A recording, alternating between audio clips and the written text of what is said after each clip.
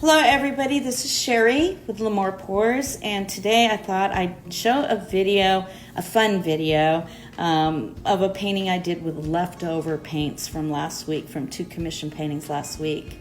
Those two were Magnesium Blue and Phthalo Blue by Golden, and these two are Teal and Iridescent Gold Fine, also by Golden. This is DecoArt's 24 karat gold. And this is Extreme Sheen Aquamarine. It's one of my favorites, luscious metallic color. I used just a little dab of Copper by Golden in that golden paint that you're looking right there to give it a deeper, richer look. And these are my go-to tools, a spatula, two palette knives, and this is my great-grandmother Dory's ice pick, and I use that in every single one of my paintings, somewhere, somehow. It is just something that I know that she's looking up in heaven and thinking, that girl's thinking about me. This is the technique I plan on using. It's a cloud mix technique. I don't have the pink, I don't have the orange.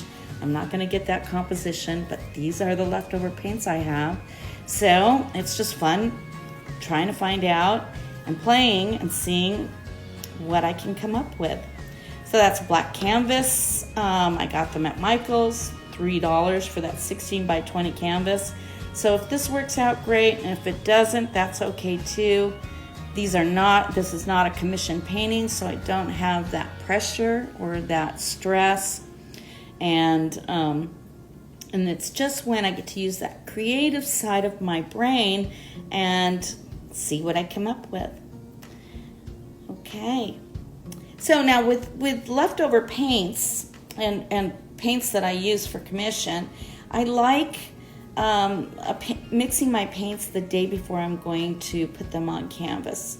It allows the mediums that I use in the paint to absorb the pigments, and it also takes out the bubbles so that when I put the paint on the canvas the next day, it's smooth and completely mixed. However, I don't like paints sitting in the containers longer than a week.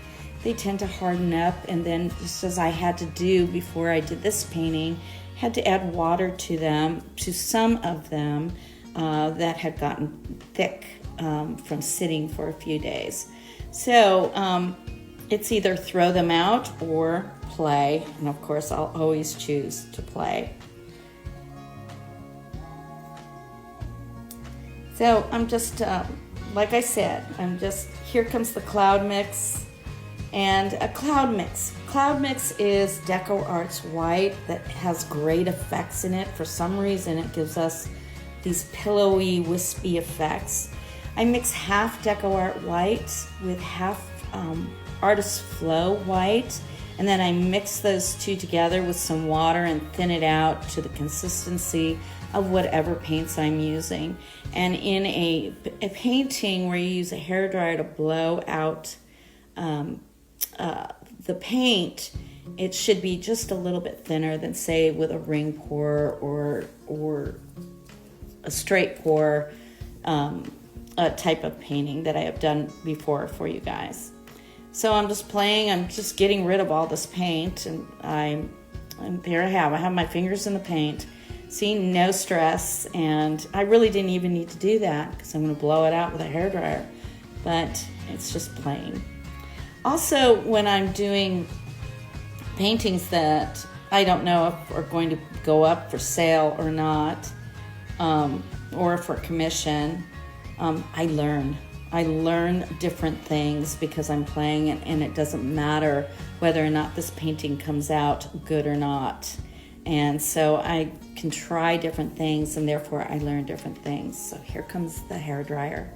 Now I will remind you guys all again that hairdryer, when you use a hairdryer or a blowgun, you want them on cool, and you want the speed on medium, because you want to watch what the paint is going to do. You want to try to create some kind of composition that makes sense to you, and you don't want to heat up the paint as you're doing it, so you have to make sure that hairdryer is on cool.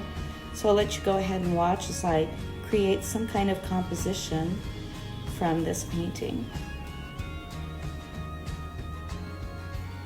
Again, very slowly, I'm seeing what it's going to do.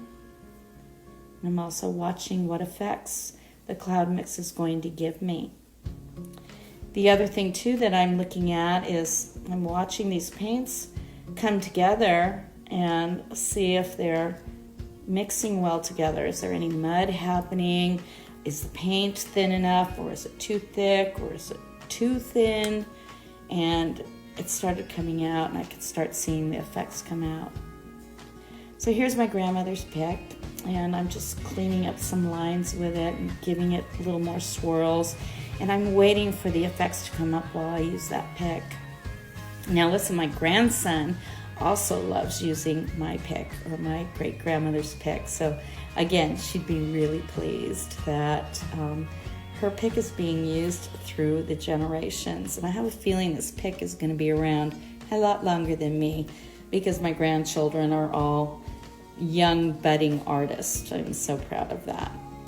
So I'm putting some wispies in there and waiting and watching for the effects, and I can see these puffy little cells coming up, and I can see that the white has given me that really wispy feel. And of course that golden paint, it just never lets me down, and that's the other reason why, look at those cells coming up. It's the other reason why I wanted to use up this paint. It's golden paint, don't want to throw it away. and I ended up getting a pretty painting. Again, not my favorite, maybe because I'm not crazy about the color palette, but definitely some beautiful effects. So now I'm going over some of the effects that are coming up out of the paint with the torch. It releases bubbles and kind of makes the painting set. And these effects will keep coming up for about an hour after I'm done with this. However, I am going to bring it up and I'm going to show you what's come up so far. And I think it turned out really pretty. The cells and the wispiness of the white and those purple blues coming out of the turquoise really turned out pretty. So fun to do a painting, no pressure, and have it turn out as pretty as this one did. So I hope you all enjoyed it. I'm done. Thanks so much for watching, and I will see you on the